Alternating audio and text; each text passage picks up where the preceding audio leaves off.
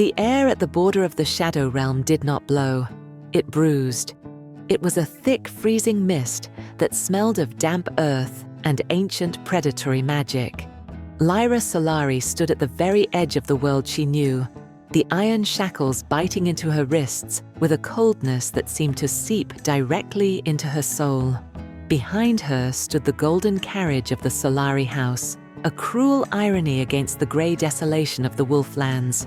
Her father, Lord Silas, stood a few paces back, his hands trembling as he adjusted his velvet doublet. He refused to meet her eyes, staring instead at the looming obsidian gates that guarded the Alpha King's territory. Beside him, her mother, Lady Morella, clutched a lace handkerchief, her weeping more a performance of social grace than a display of maternal grief. They were not losing a daughter. They were paying a debt.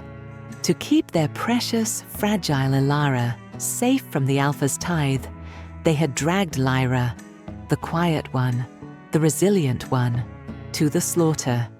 The ground began to vibrate.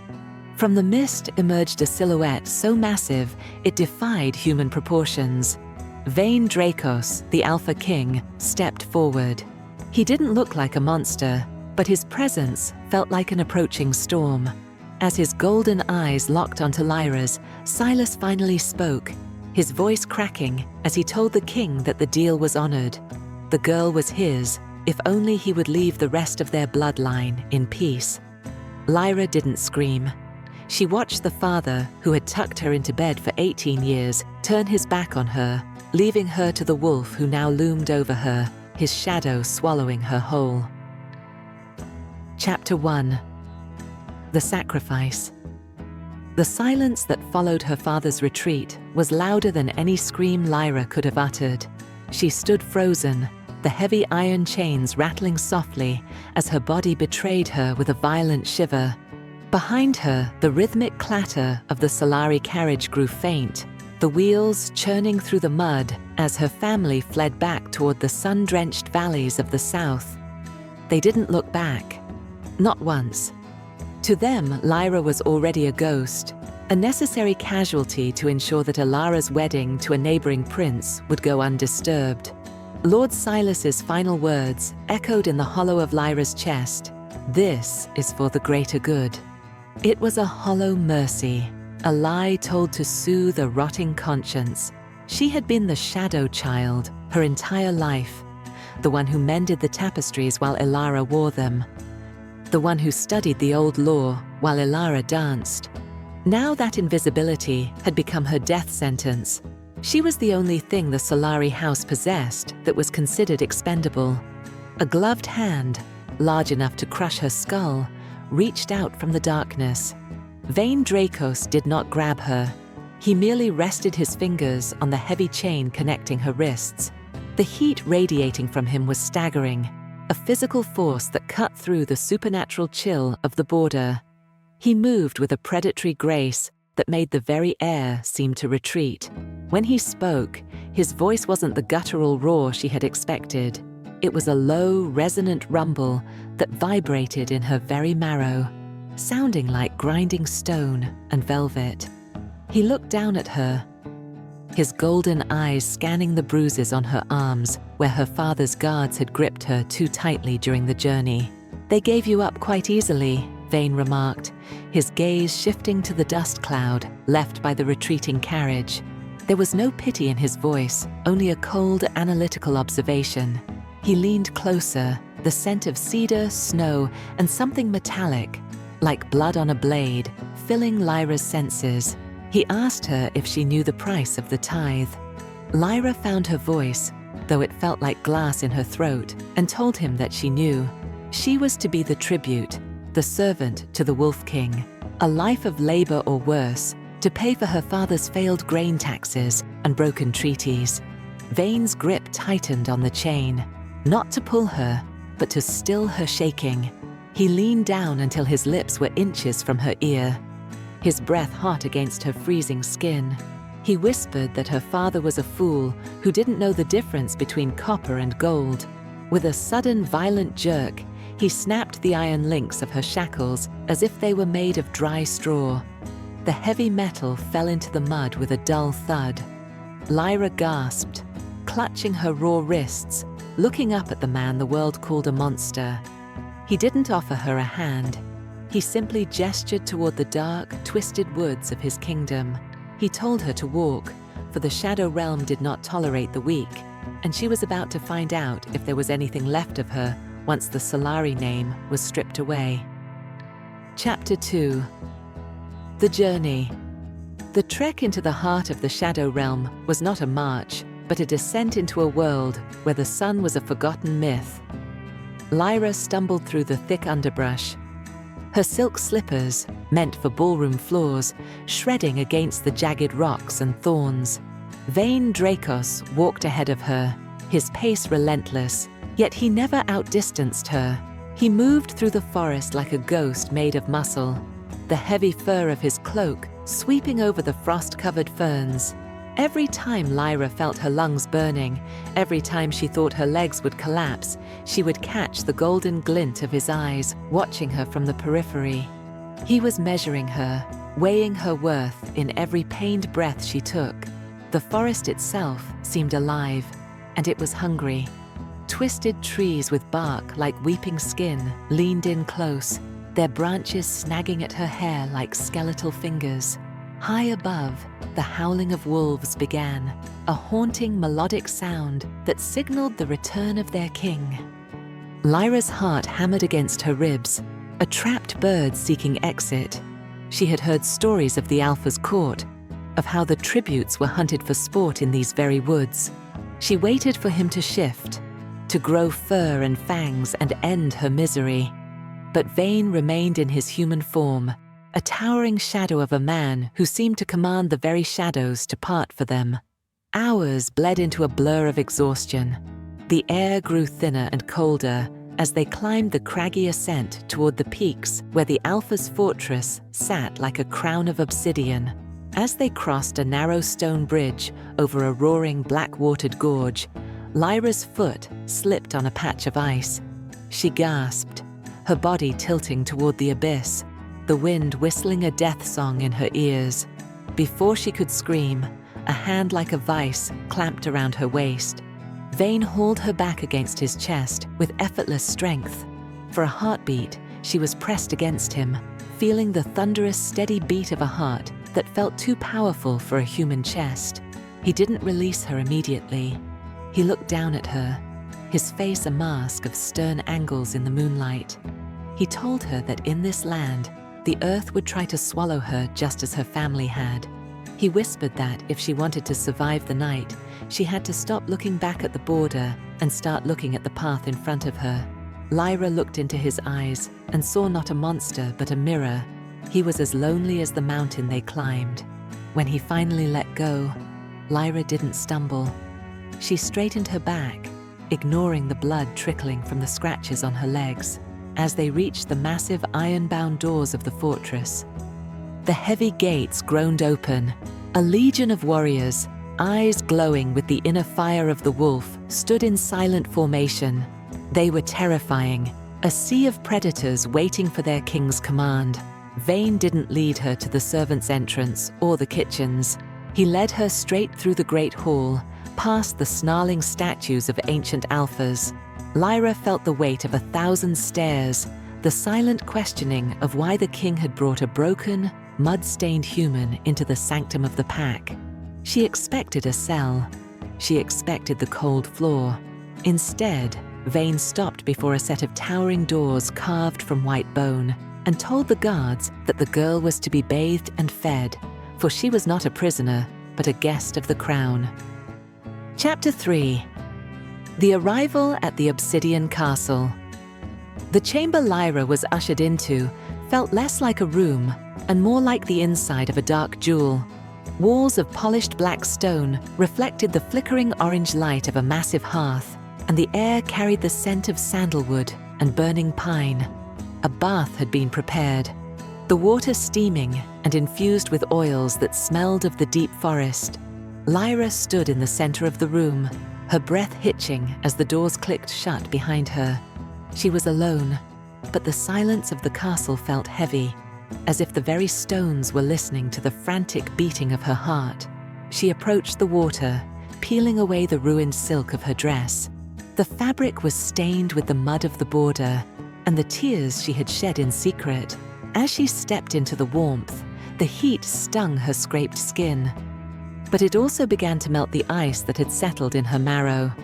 For the first time in her life, there was no Elara to preen in the mirror, no Lady Morella to critique her posture, and no Lord Silas to remind her that her only value lay in her silence.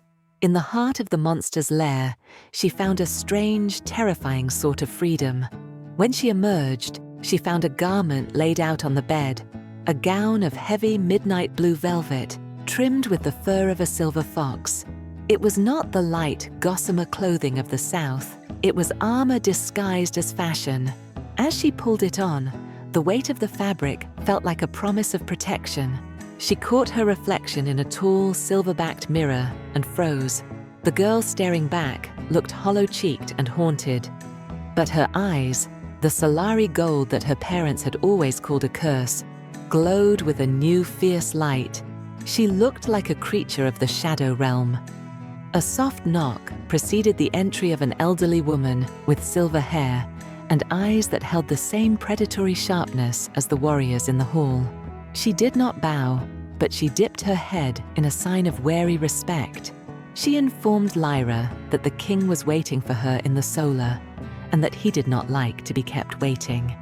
Lyra followed the woman through the labyrinthine corridors, passing tapestries that depicted the history of the Great War, scenes of wolves tearing through armies of men. Her ancestors had taught her that these were stories of evil, but looking at the intricate craftsmanship, Lyra saw only a story of survival. The solar was at the highest point of the tower, overlooking a kingdom of mist and jagged peaks. Vane Drakos sat by a window, a map of the continent spread before him. He had traded his heavy furs for a simple black tunic that stretched across his broad shoulders. He didn't look up as she entered, but the air in the room shifted, growing thick with his presence. He told her to sit, his voice cutting through the crackle of the fire. On the table between them lay a tray of dark bread, roasted meats, and a goblet of wine redder than rubies. He told her to eat, for tomorrow her training would begin. When Lyra asked what she was being trained for, expecting him to say service or labor, Vane finally looked up. His golden eyes were bottomless. He told her she was being trained to rule, because a king without a queen was merely a soldier, and he had no intention of letting the Solari bloodline go to waste. Chapter 4. The reveal. The bread tasted like ash in Lyra's mouth, as Vane's words hung in the air. To rule? The idea was a jagged glass shard in her mind. She dropped her gaze to the table, her voice a mere shadow, as she told him that he had chosen the wrong sister. She explained, with a bitterness she could no longer hide, that Elara was the one bred for crowns and courts, while she was merely the spare, the girl born to be given away. Vane didn't move, yet Lyra felt his presence expand, his shadow stretching across the stone floor until it touched the hem of her velvet gown. He stood slowly, walking toward a heavy iron chest in the corner of the room. He told her that her parents were not just cowards, but liars. He explained that the Solari line had once been one of the great houses of the North, keepers of a primal magic that predated the petty kingdoms of the South. He pulled a heavy, ancient book from the chest, its cover bound in skin that shimmered like moonlight. He laid it before her, his large hands splaying across the pages. He whispered that the curse of her golden eyes was not a defect, but the mark of the Sunseeker, the only bloodline capable of balancing the darkness of the Alpha King's throne. Lyra stared at the illustrations in the book. A woman with eyes exactly like hers, standing beside a great black wolf, her hands wreathed in white fire.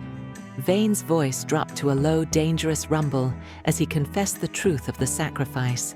He hadn't demanded a tithe of gold or grain. He had demanded the return of the stolen spark. Her parents had known exactly what she was. They had feared her power, fearing it would eclipse Elara's fragile beauty, so they had kept her dim, treated her as a servant, and eventually discarded her to the one person they thought would break her. They hadn't sent her away to save Elara. They had sent her away to bury the truth of Lyra's birthright. He reached out, his thumb grazing the line of her jaw. His touch was no longer the cold iron of the border. It was a brand of heat that made her blood sing a song of recognition. He told her that he had sat at the border and watched the carriage approach, praying to the old gods that the Solari would send the daughter with the golden fire in her soul.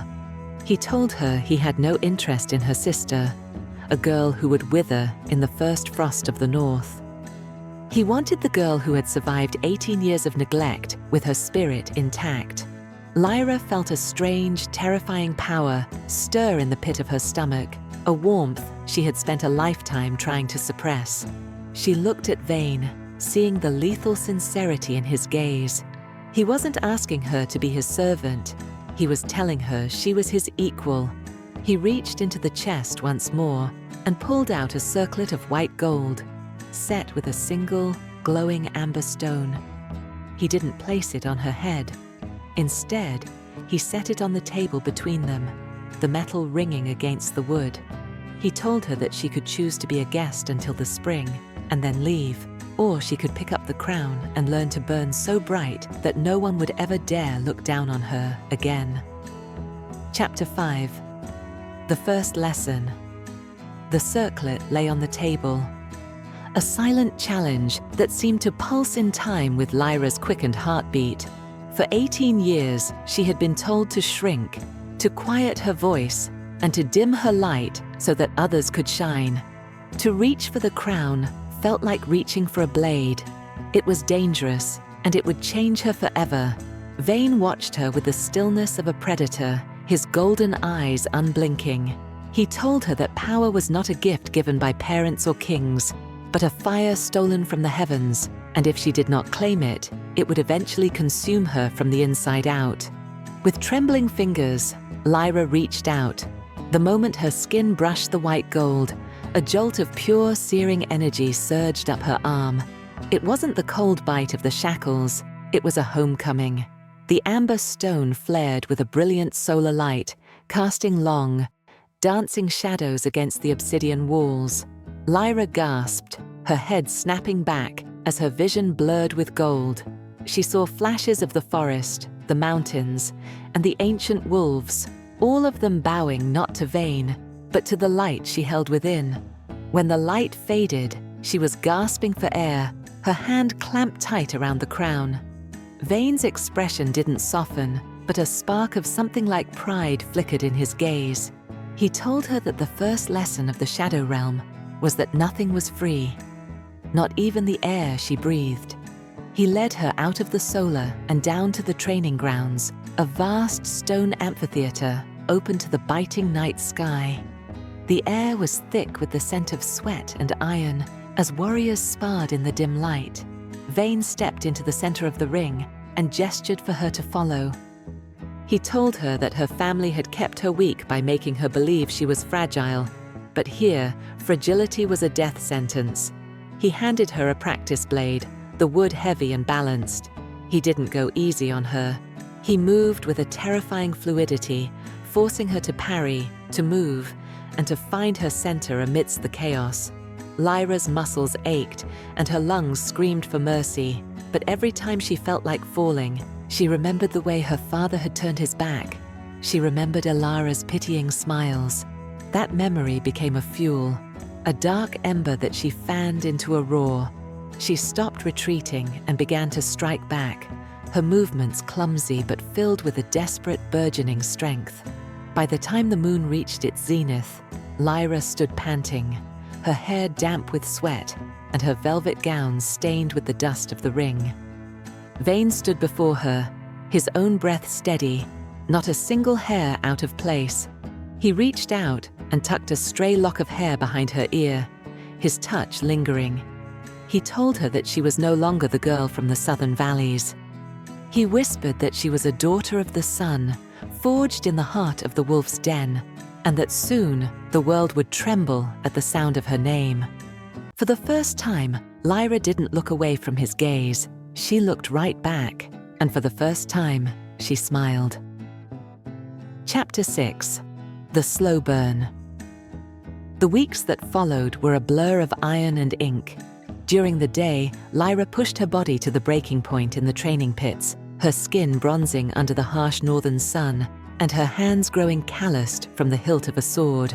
At night, she sat with Vane in the great library, deciphering ancient scrolls that hummed with the power of her ancestors.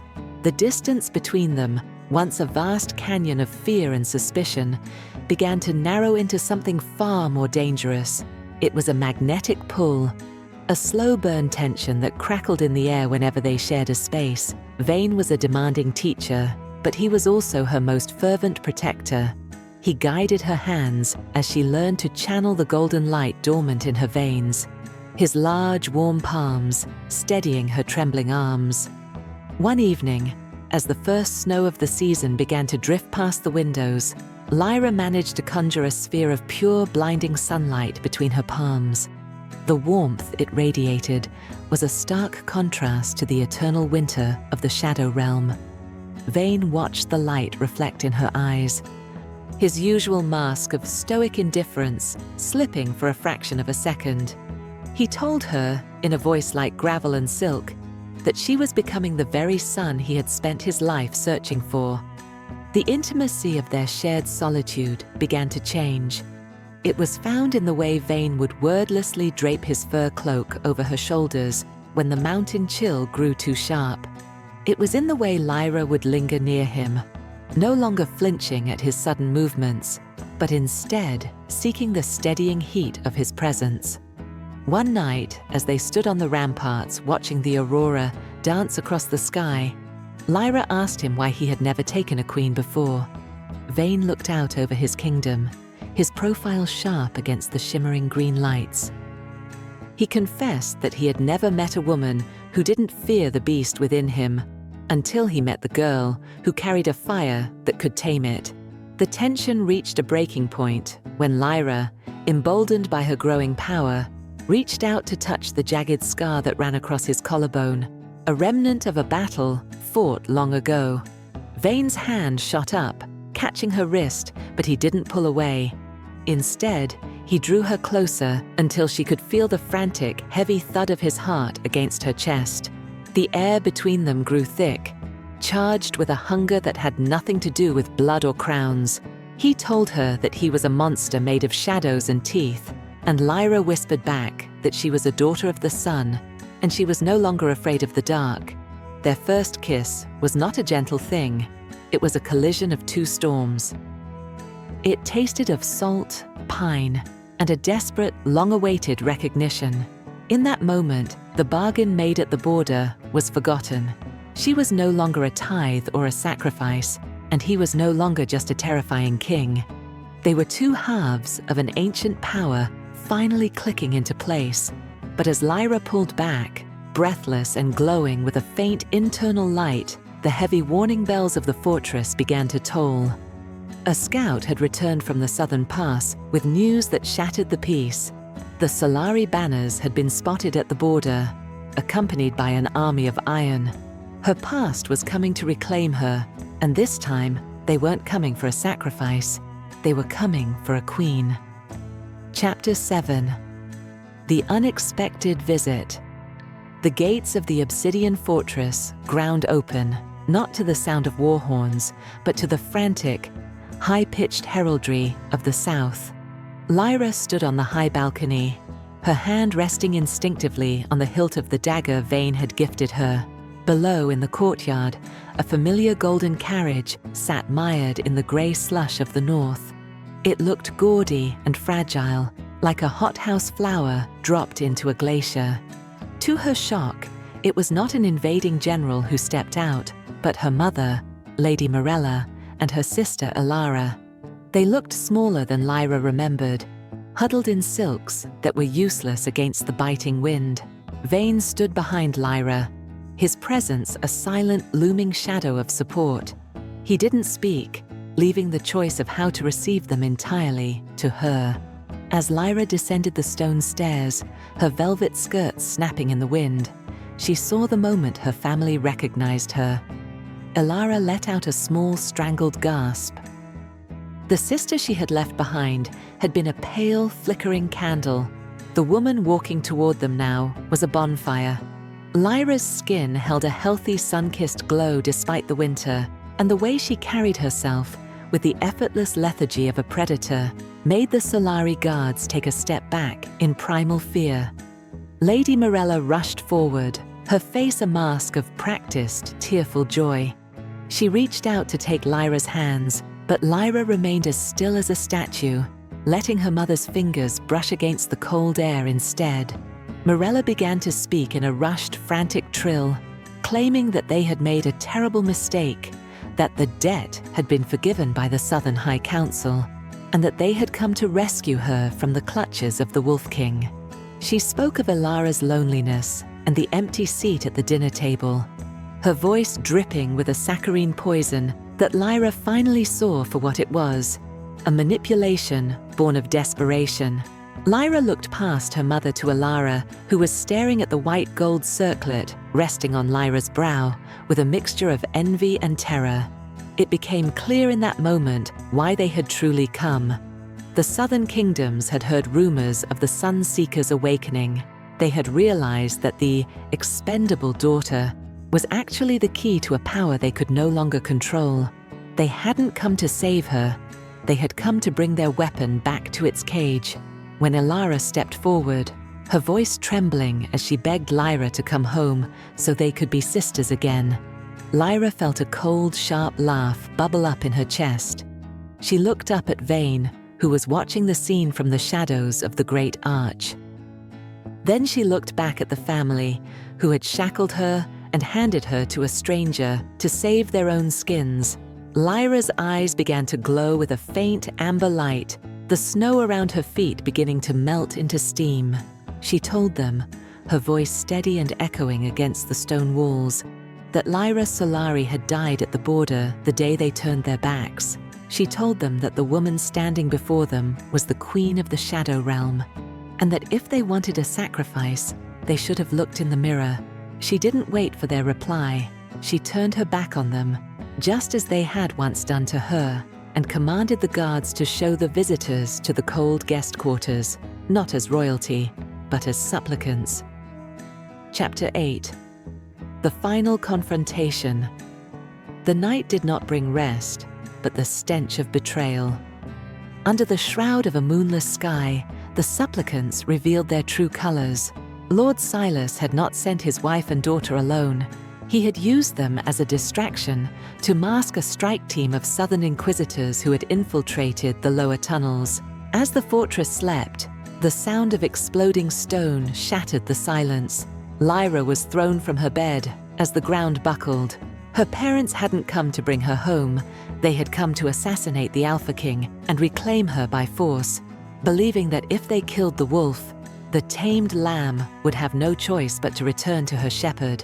Lyra sprinted through the smoke-filled corridors, her golden light flaring instinctively, illuminating the carnage. She found Vane in the heart of the great hall, surrounded. He was a whirlwind of silver and shadow, his claws extended, his roar shaking the very foundations of the mountain.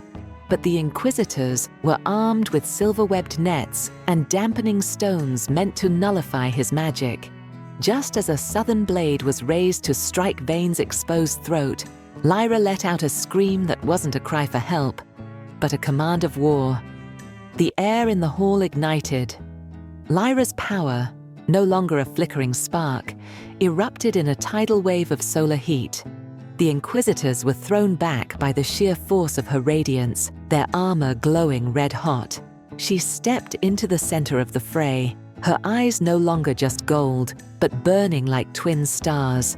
Lord Silas stepped out from behind a pillar, his face twisted in a mask of patriarchal rage. He held a relic, a soul-binding stone, and commanded her to stand down, calling her a traitor to her blood. He told her she belonged to the Solari, that she was a tool for their advancement, and that he would rather see her dead than sitting on a barbarian's throne. The betrayal was final. Lyra looked at the man who had given her life and realized he had never loved her. He had only ever feared what she might become. With a calm that terrified even the seasoned wolf warriors watching from the shadows, Lyra raised her hand. She didn't use a blade.